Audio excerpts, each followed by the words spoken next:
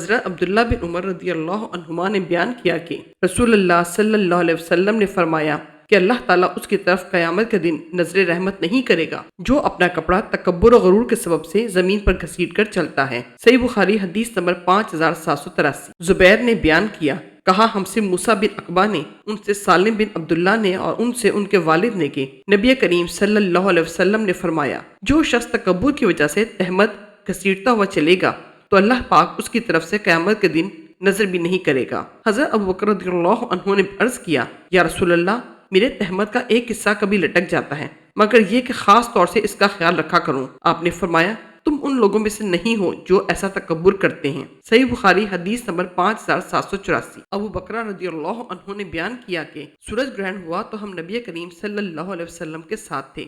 آپ جلدی میں کپڑا گھسیٹتے ہوئے مسجد میں تشریف لائے، لوگ بھی جمع ہو گئے۔ حضرت صلی اللہ علیہ وسلم نے 2 رکعت نماز پڑھائی، گرہن ختم ہو گیا، تب آپ ہماری طرف متوجہ ہوئے اور فرمایا سورج اور چاند اللہ کی نشانیوں میں سے 2 نشانیاں ہیں، اس لیے جب تم ان نشانیوں میں سے کوئی نشانی دیکھو تو نماز پڑھو اور اللہ سے دعا کرو یہاں تک کہ وہ ختم ہو جائے۔ صحیح بخاری حدیث نمبر 5785۔ حضرت ابو ہریرہ رضی اللہ عنہ نے بیان کیا کہ نبی کریم صلی اللہ علیہ وسلم نے فرمایا تہمت کا جو حصہ ٹخنوں سے نیچے لٹکا ہو وہ جہنم میں ہوگا۔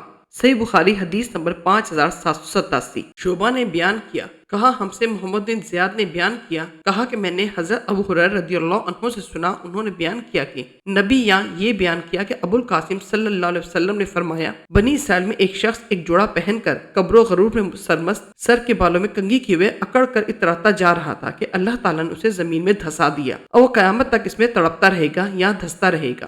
صحیح بخاری حدیث نمبر 5789۔ جابر بن عبداللہ رضی اللہ عنہ نے بیان کیا کہ نبی کریم صلی اللہ علیہ وسلم عبداللہ بن ابی منافق کے پاس جب اسے قبر میں داخل کیا جا چکا تھا تشریف لائے، پھر آپ کے حکم سے اس کی لاش نکالی گئی اور حضور اکرم صلی اللہ علیہ وسلم کے گھٹنوں پر اسے رکھا گیا۔ حضرت صلی اللہ علیہ وسلم نے اس پر دم کرتے ہوئے اپنی قمیص پہنائی اور اللہ ہی خوب جاننے والا ہے۔ صحیح بخاری حدیث نمبر 5795۔ نافع نے خبر دی، ان سے حضرت عبداللہ بن عمر رضی اللہ عنہ نے بیان کیا کہ جب عبداللہ بن ابی کی وفات ہوئی تو اس کے لڑکے حضرت عبداللہ جو مخلص اور اکابر صحابہ میں سے تھے رسول اللہ صلی اللہ علیہ وسلم کی خدمت میں حاضر ہوئے اور عرض کیا، یا رسول اللہ اپنی قمیص مجھے عطا فرمائیے تاکہ میں اپنے باپ کو اس کا کفن دوں اور آپ صلی اللہ علیہ وسلم ان کی نماز جنازہ پڑھا دیں اور ان کے لیے دعائے مغفرت کریں۔ چنانچہ حضرت صلی اللہ علیہ وسلم نے اپنی قمیص انہیں عطا فرمائی اور فرمایا کہ نہلا دھلا کر مجھے اطلاع دینا۔ چنانچہ جب نہلا دھلا لیا تو حضرت صلی اللہ علیہ وسلم کو اطلاع دی۔